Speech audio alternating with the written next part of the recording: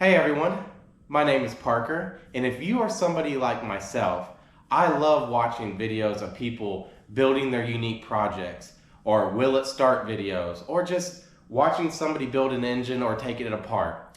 I realize I do a lot of that, and I want to start filming it for you all. So please, welcome to my shop, and let's get to work. I would love to introduce to you all the very first project of my new YouTube channel. This is my 1979 Dodge Little Red Express. Now I've had this truck since I was about 15. I pulled it from a field where it was just sitting and just slowly started working on it here and there as I was going through high school and then college, and then of course starting my professional career. I love just driving it, and I love taking it to car shows. It's a very fun truck, it's very fast. It definitely has a lot of people come up to it asking questions. Very unique truck. But the biggest issue is the mostly original engine. It's definitely numbers matching engine and transmission with just a few little bolt-on pieces, but it's mostly original. But with it being original, it definitely leaks quite a bit of oil everywhere I go, and I definitely want to fix that. But I would also love to know what you think I should do in the comments. Should I do a factory stock type build, or should I step it up a little bit and do some performance adders? I would love to hear what you think I should do. I get asked a lot of times, Parker, how do you do engine swaps so easily and never lose any of your bolts, or you know where your wires are going back when taking an engine out or swapping an engine? It's as simple as bagging and tagging. And what I mean by that is have some sandwich bags, some painter's tape, and a Sharpie. So for example, let's say we are removing our AC compressor and bracket. I will write on my bag, AC bracket. And now, any bolts that I take off of the AC compressor or bracket, I put it right in this baggie. So when we put this all back together, I have all the hardware and I won't have any issues with that. Also, I'll get my painter's tape. I will mark AC for the AC compressor. I'll take that piece of tape and I'll disconnect the wire from the AC compressor, and then I will mark that wire with the tape that I just wrote on, and now that wire is labeled AC, so I know exactly where that wire is going. This is a very helpful hint. It'll save a lot of time and it'll make your project done much quicker. Now you know one of my tricks to make this engine pull much easier. I'm going to time lapse and get all this stuff out so we can pull the engine.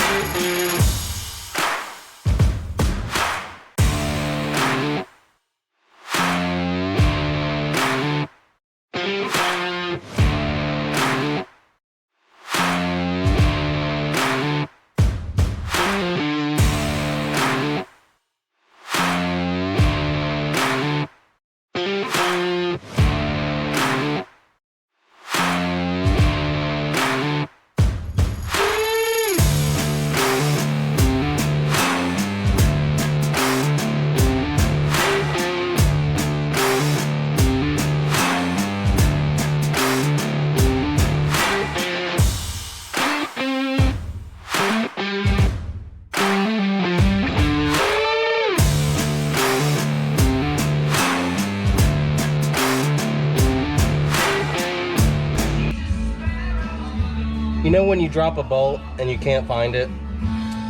That's what I'm dealing with right now.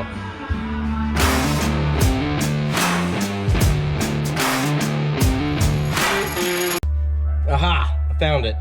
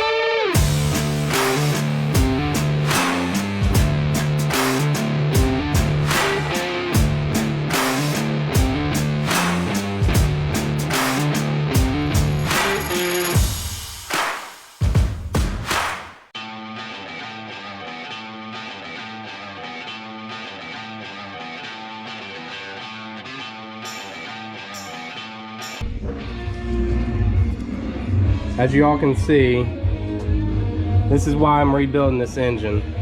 There's just fluids everywhere. You're talking about coolant, you're talking about oil. Yeah, this is why we're doing this.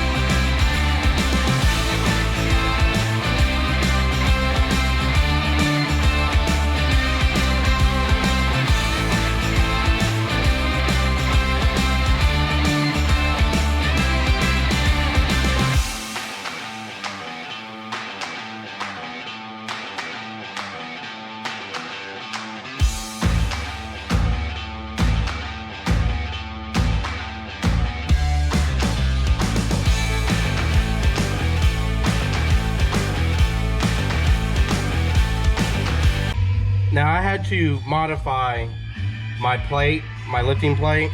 For some reason it just wasn't fitting on the ends of the plate, so I had to make them a little bit enlarged, but now it fits perfect.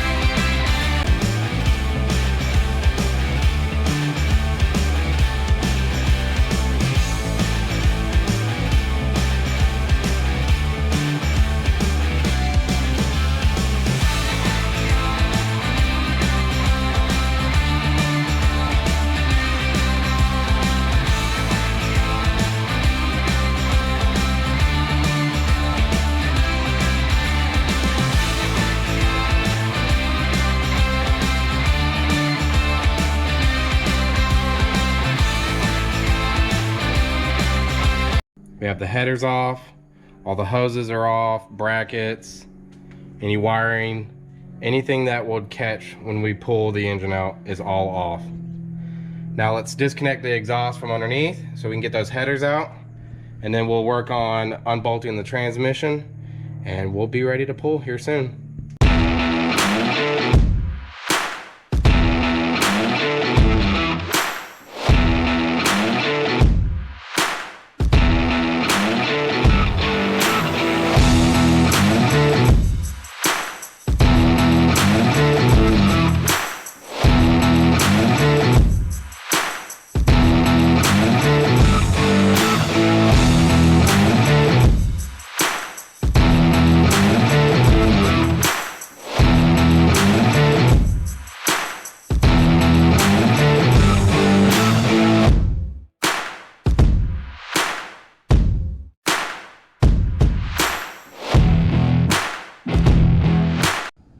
One thing I forgot to mention is I need to get the starter out right here so that I can easily get the header out.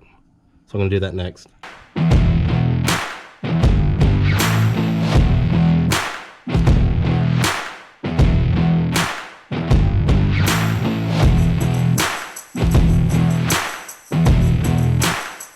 Now it's time to take the hood off. I need to take the hood off so that I can get the engine up and out, and I don't think I can with the hood there. So I'm gonna have a friend come over and I'm gonna have him help me get the hood off. I forgot to record us removing the hood, but the hood is off now. Much easier access to get the engine up and out. Got the hood up and over here.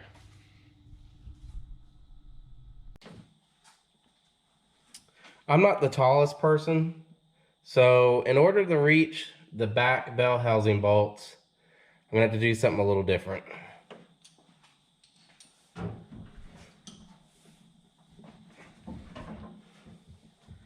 Sometimes you just gotta get up close and personal with the engine you're about to rebuild.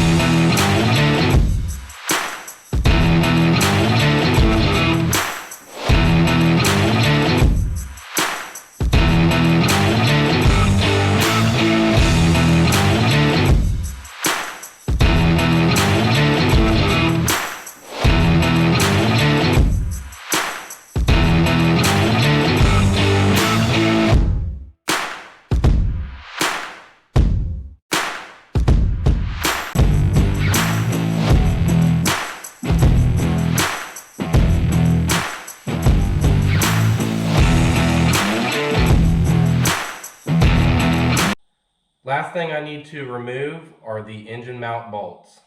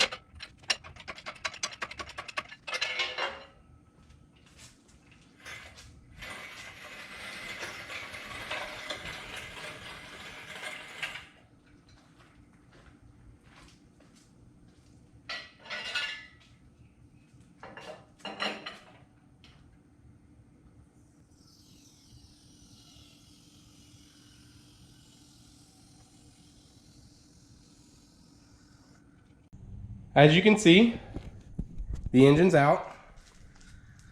It was pretty smooth, uneventful. Came out, no problems. Stay tuned for the next video. Now that the engine's out, we're gonna disassemble this whole engine and see what we're working with. If there's any damages, what parts are good, and what direction we wanna go with this engine. But thank you so much for watching, and we'll see you again.